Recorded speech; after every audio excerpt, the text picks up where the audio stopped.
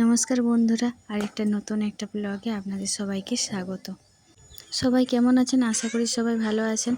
আমিও আপনাদের ভালোবাসা এবং আশীর্বাদে খুব ভালো আছি। যাই হোক, এটা 2রা জুলাইয়ের ব্লগ ভিডিও, পরে ভয়েস দিচ্ছি। সকাল সকাল কিন্তু আমার শাশুড়ি মা সবজি কাটাকাটি করছে সকালের নাস্তাতে, নাস্তা বানানোর জন্য। এদিকে আমাদের পুচকিটা আমার শ্বশুরমশাই কোলে বসে বসে খেলছে। ও তাই তাই করছে, ওকে বলছি যে তুই তাই তাই কর তো, আর ও তাই তাই করছে, আর খুব বদমাশ হয়ে গেছে এখন কিন্তু। যাই হোক, ওরা এদিকে কিন্তু নাস্তা বানানোর তোড়জোড় চলছে। এদিকে কিন্তু বাবু এখনও ঘুম থেকে ওঠেনি। ওরা দু ভাই ওঠে, কারণ ওরা 8:30 9টার দিকে ওঠে, আর এখন তো প্রায় 7টা বাজছে।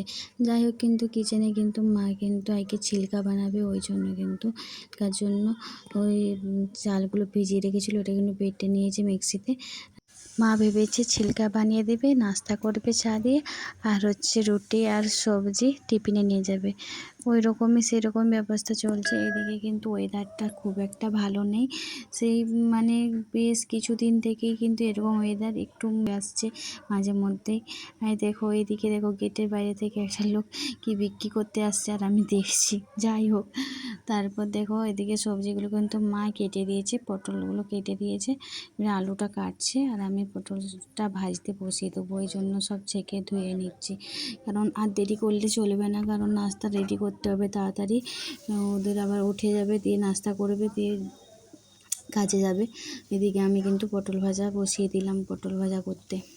পটলটা ভেজে নিয়ে সবজিটা বানাবো আর কি, ওই জন্য।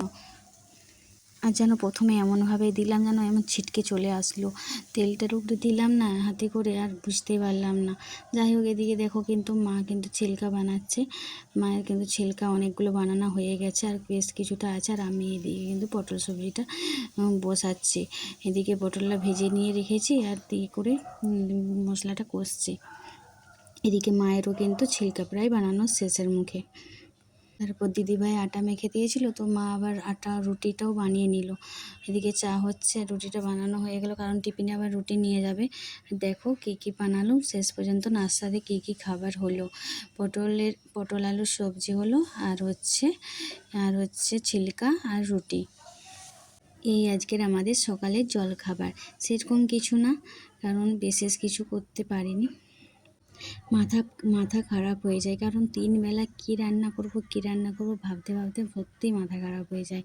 সকাল দুপুর রাত এই করতে করতে আমাদের জীবনটা, সকালে রান্না করো, আবার খাও, আবার ধো, আবার রান্না করো, আবার খাও, আবার ধো, এই হয়ে যায় সারাদিন, আর কোনো কিছু কাজ নেই। বাবুকে কিন্তু তুলে দিয়েছি। যাই হোক, কিন্তু ওকে সকাল সকাল ওঠানোটা আমার খুব একটা বড় একটা কাজ হয়ে পড়ে, ওকে তোলাটা। আর দেখো, যেরকম আমরা সেই ছোটোবেলায় খেলতাম না, যে হাত দুটো জড়ো করো, আর দিয়ে আমরা সাবান মাখায় তেল মাখায় দিয়ে করে মারতাম, আর দিয়ে হাতটা সরিয়ে নিত, দিয়ে লাগতো। ওরকমটাই ওর সাথে আমি আর ওই খেলা করছি। ওকে বলছি ওঠো, হাত দুটো জড়ো করো, আমি করছি ওরকম, যাতে ওর ঘুমটা ভেঙে যায়। এইভাবেই আমরা দেখো কীভাবে সকালের টাইমটা ভীষণ মজার কাটে, এইভাবে দুজনে গল্প করতে করতে, আর এরকম বদমাশি করতে করতে। আমি তো পুরো হেসে হেসে আলা কাণ্ড কারখানা দেখে। ও তো শুয়েই পড়েছিল, উঠতেই চাইছিল না, দিয়ে আবার ঘুরে শুয়ে পড়েছিল।